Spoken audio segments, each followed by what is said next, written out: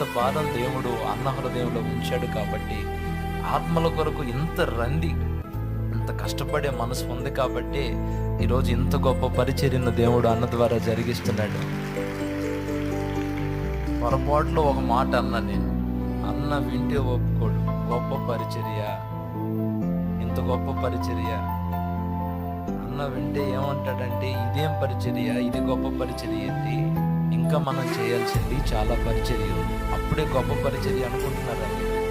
మనం చేసింది ఇంత, మనం చేయాల్సింది దేవుని కొరకు ఎంతో ఉంది.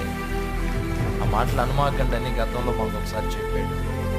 రాత్రి పగళ్ళు దేవుని కృప చేత మీ ప్రార్థనలు ఆలకించిన దేవుడు ఎటు వెళ్ళిన అన్నను కాపాడుకుంటూ రక్షించుకుంటూ దేవుని కృప చేత క్షేమంగా ఇంటికి తీసుకొని వస్తున్నాడు.